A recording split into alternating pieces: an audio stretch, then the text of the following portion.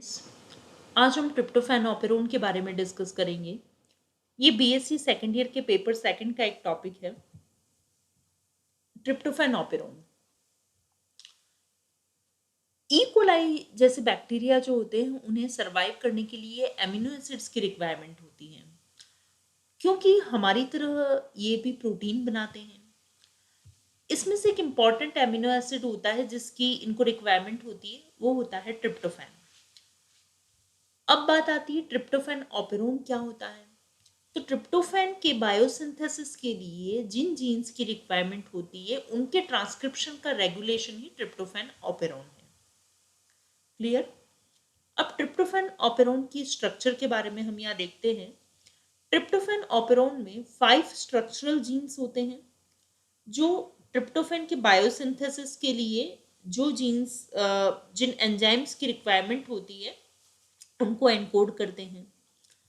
और इन structural genes की upstream tryptophan promoter and tryptophan operator sequence होती हैं। 5 स्ट्रक्चरल जीन होते हैं: tryptophan E, tryptophan D, tryptophan C, tryptophan B and tryptophan A. आप इस डायग्राम में यहाँ देख सकते हैं ई, डी, सी, बी, ए, ये क्या है? 5 स्ट्रक्चरल जीन हैं। जो ट्रिप्टोफैन ई होता है वो एंथ्रेनिलेट सिंथेज फर्स्ट एंजाइम को एनकोड करता है, और tryptophan D anthranilate synthase second enzyme को एनकोड करता है, और ट्रिप्टोफैन सी ये N5' फॉस्फोराइबोसाइल एंथ्रेनिलेट आइसोमरेज और इंडोल 3 ग्लिसरोफॉस्फेट सिंथेज एंजाइम को एनकोड करता है, और tryptophan B tryptophan synthase B subunit को एनकोड करता है, और ट्रिप्टोफैन ए ये ट्रिप्टोफैन सिंथेज ए सब यूनिट को एनकोड करता है। क्लियर। तो ये 5 स्ट्रक्चरल जीन्स हैं और ये 5 एंजाइम्स को, मतलब अलग अलग एंजाइम्स को ये एनकोड करते हैं। अब यहाँ देखिए आप, इसके बाद में यहाँ पर ये क्या है? ये ऑपरेटर है, ये प्रमोटर है और ये रेगुलेटरी जीन है, और ये जो एटीन्यूएटर है इसके बारे में हम अभी आगे पढ़ेंगे। तो स्ट्रक्चरल जीन होते हैं, ऑपरेटर होता है, प्रमोटर होता है और रेगुलेटरी जीन होता है। जब ट्रिप्टोफैन एब्सेंट होता है उस केस में क्या होता है? तो आप यहाँ देखिए, जब ट्रिप्टोफैन एब्सेंट है तो उस केस में यहाँ ये क्या है? ट्रिप्टोफैन जो रेगुलेटरी जीन है वो रेगुलेटरी जीन क्या करता है? ट्रांसक्रिप्शन के थ्रू एमआरएनए का फॉर्मेशन करता है। ये कौन सा एमआरएनए बनता है? ट्रिप्टोफैन एमआरएनए, और ये रिप्रेसर प्रोटीन बनाता है। ये जो रिप्रेसर प्रोटीन है ये इनएक्टिव रिप्रेसर प्रोटीन है, और जब ट्रिप्टोफैन एब्सेंट होता है तो उस केस में ये फ्री रहता है। तो ये इस स्टेज में ऑपरेटर से बाइंड नहीं हो पाता है, क्योंकि ये अकेला क्या है? इनएक्टिव स्टेज में है, तो ये it cannot bind to the operator site. अगर ये यहाँ पर ऑपरेटर से बाइंड नहीं हो पाता है तो जो आरएनए पॉलीमरेज है जो प्रमोटर वाले रीजन से जुड़ा हुआ रहता है, इसलिए वो क्या कर सकता है? यहाँ से आराम से इजीली वो पास हो सकता है यहाँ पर। तो ये इसकी जब रिप्रेसर ऑपरेटर से बाइंड नहीं हो पा रहा है, क्योंकि इसके पास में क्या ट्रिप्टोफैन नहीं है, ट्रिप्टोफैन की एब्सेंस है। अगर ट्रिप्टोफैन एब्सेंट है तो उस केस में क्या होगा? ये रिप्रेसर इनएक्टिव ही रहेगा। एक्टिव कब होता है? जब जब ट्रिप्टोफैन यहाँ से जुड़ जाता है। अभी ट्रिप्टोफैन एब्सेंट है, इस कारण ये इनएक्टिव है। इनएक्टिव होने के कारण ये ऑपरेटर से बाइंड नहीं हो पाता है। इस केस में जो आरएनए पॉलीमरेज प्रमोटर रीजन से जुड़ा हुआ है वो इजीली मूव कर सकता है, क्योंकि ये बीच में यहाँ पर प्रॉब्लम क्रिएट नहीं करता है। तो आप यहाँ देख सकते हैं कि ये यहाँ पर ये मूव कर सकता है, और जब आरएनए पॉलीमरेज इस टाइप से आगे मूव करेगा तो क्या होगा? ट्रिप्टोफैन ऑपरेटर जीन का ट्रांसक्रिप्शन होगा और जिससे ट्रिप्टोफैन का सिंथेसिस होगा। अब देखिए आप, ये पॉलीमरेज यहाँ पर आगे मूव करता जाएगा तो इन जीन का ट्रांसक्रिप्शन होगा, तो एमआरएनए बनेगा, और एमआरएनए से फिर क्या बनेंगे? एंजाइम्स बनेंगे, और फिर प्रोटीन बनेगा। क्लियर। तो यहाँ पर हम क्या देखते हैं कि जब ट्रिप्टोफैन एब्सेंट होता है तो उस केस में रिप्रेसर इनएक्टिव होता है, और रिप्रेसर ऑपरेटर से बाइंड नहीं हो पाता है, और आरएनए पॉलीमरेज इजीली मूव कर पाता है और ट्रांसक्रिप्शन होता है, और ट्रिप्टोफैन को सिंथेसाइज करने के लिए जो एंजाइम्स की रिक्वायरमेंट होती है उन एंजाइम्स को ये जीन एनकोड करते हैं, तो एमआरएनए बन रहा है, और फिर उससे ये एंजाइम्स प्रोटीन्स का फॉर्मेशन करते हैं। तो देखिए आप, जब ट्रिप्टोफैन एब्सेंट है तो ट्रिप्टोफैन रिप्रेसर प्रोटीन जो है वो सेपरेट ऑपरेटर मतलब रेगुलेटरी जीन से वो एनकोड हुआ है, और ये फिर क्या होता है, ये वैसे तो डाइमर बनाता है, किसके साथ बनाता है, ये ट्रिप्टोफैन के साथ, लेकिन ये एब्सेंट होता है तो ट्रिप्टोफैन अगर एब्सेंट है तो उस केस में क्या हो जाएगा, ये रिप्रेसर इनएक्टिव होता है। ये इनएक्टिव होता है इसलिए ये क्या होता है, ऑपरेटर से बाइंड नहीं हो पाता है और स्ट्रक्चरल जीन ट्रांसक्राइब होते हैं। जब ट्रिप्टोफैन प्रेजेंट होता है उस केस में क्या होता है, अब आप यहाँ देखिए, ये रेगुलेटरी जीन है, ये ट्रिप्टोफैन एमआरएनए का सिंथेसिस कर रहे हैं और फिर ये रिप्रेसर बन गया। तो ये अकेला रिप्रेसर जब है तो ये इनएक्टिव स्टेज में है।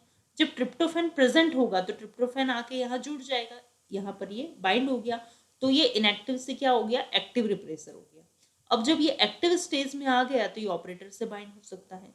जब रिप्रेसर ऑपरेटर से बाइंड हो जाता है तो आरएनए पॉलीमरेज जो कि यहाँ प्रमोटर रीजन से जुड़ा हुआ है, ये ब्लॉक हो जाती है, उसके लिए ये साइड ब्लॉक हो जाती है, वो आगे मूव नहीं कर पाता है।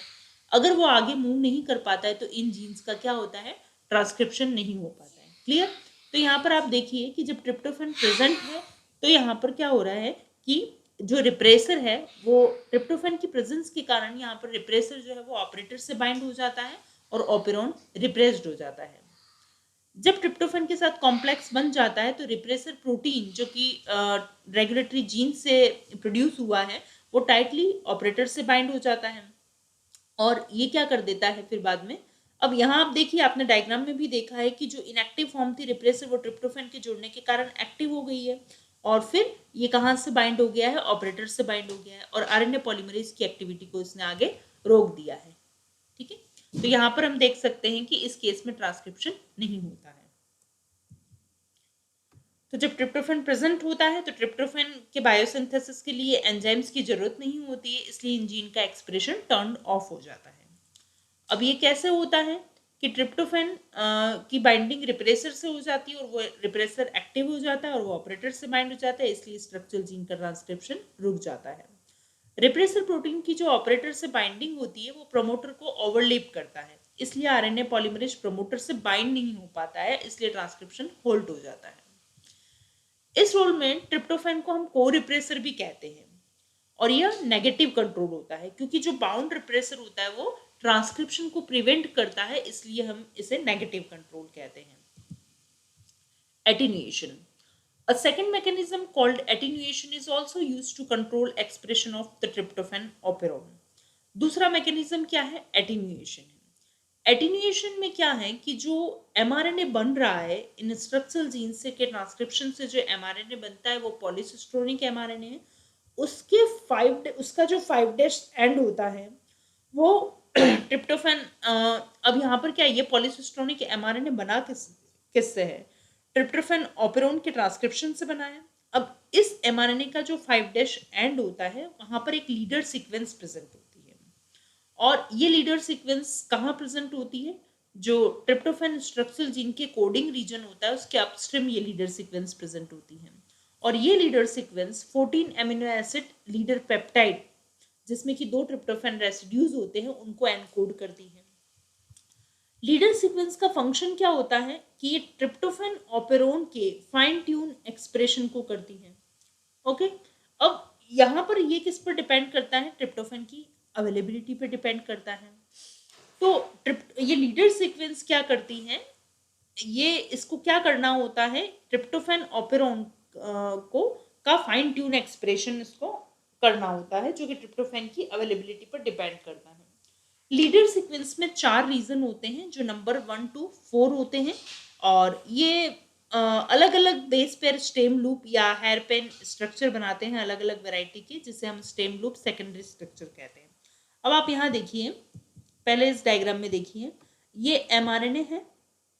हमने क्या पढ़ा था कि इसमें 1 2 3 4 4 यहाँ पर रीजन है, यही हमने यहाँ पर देखा था कि इसका जो 5' एंड होता है पॉलीसिस्ट्रोनिक एमआरएनए का, उसमें एक लीडर सीक्वेंस प्रेजेंट होती है। अब आप यहाँ देखिए,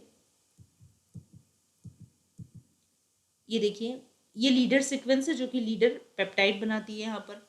अब ये कहाँ पर है, 5' एंड पर क्या है, लीडर पेप्टाइड प्रेजेंट है।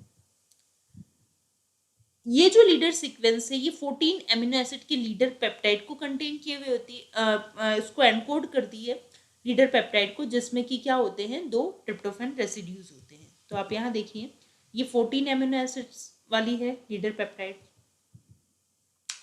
लीडर सीक्वेंस क्या करती है, फाइन ट्यून एक्सप्रेशन करती है ट्रिप्टोफैन ऑपेरोन का, और इसमें 4 रीजन होते हैं, नंबर 1 to 4। तो यहाँ दिख रहे हैं आपको 1, 2, 3 and 4, 4 रीजन दिखाई दे रहे हैं।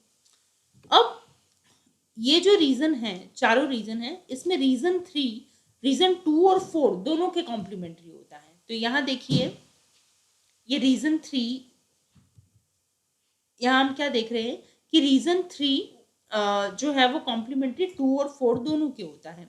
तो 3 4 के साथ में भी कॉम्प्लीमेंट्री हो सकता है और 3 2 के साथ में भी। तो देखिए इनकी भी पेयरिंग हो रही है यहाँ पर, 3 4 की भी पेयरिंग होती है और 3 2 की भी पेयरिंग होती है।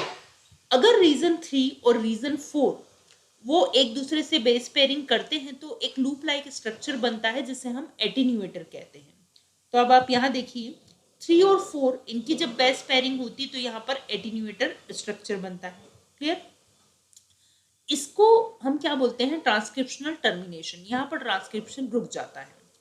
तो अगर पेयरिंग रीजन 3 और 2 के बीच में होती है, अब यहाँ देखिए आप आगे, अगर 3 और 2 के बीच में पेयरिंग होती है तो इस टाइप का एटीन्यूएटर स्ट्रक्चर नहीं बनता है। तो यहाँ आप देखिए, यहाँ तो क्या होता है, एटीन्यूएटर स्ट्रक्चर बनता है तो ट्रांसक्रिप्शन क्या होता है, रुक जाता है। और जब 3 और 2 के बीच में पेयरिंग होती है तो इस टाइप का एटीन्यूएटर नहीं बनता है और ट्रांसक्रिप्शन कंटिन्यू रहता है। तो एटीन्यूएशन किस पर डिपेंड करता है बैक्टीरिया में, कि इसमें हम देखते हैं कि राइबोसोम mRNA से अटैच होता है और and it is being synthesized and so translation starts even before transcription of the whole mRNA is complete। मतलब ट्रांसक्रिप्शन प्रोसेस कंप्लीट नहीं होता है, उसके पहले ही यहाँ पर क्या होता है, ट्रांसलेशन स्टार्ट हो जाता है। ठीक है, तो यहाँ पर हमने देखा कि किस टाइप से एटीन्यूएशन होता है बैक्टीरिया के अंदर और ट्रिप्टोफैन ऑपेरोन जो है वो किस टाइप से वर्क करता है। Thank you.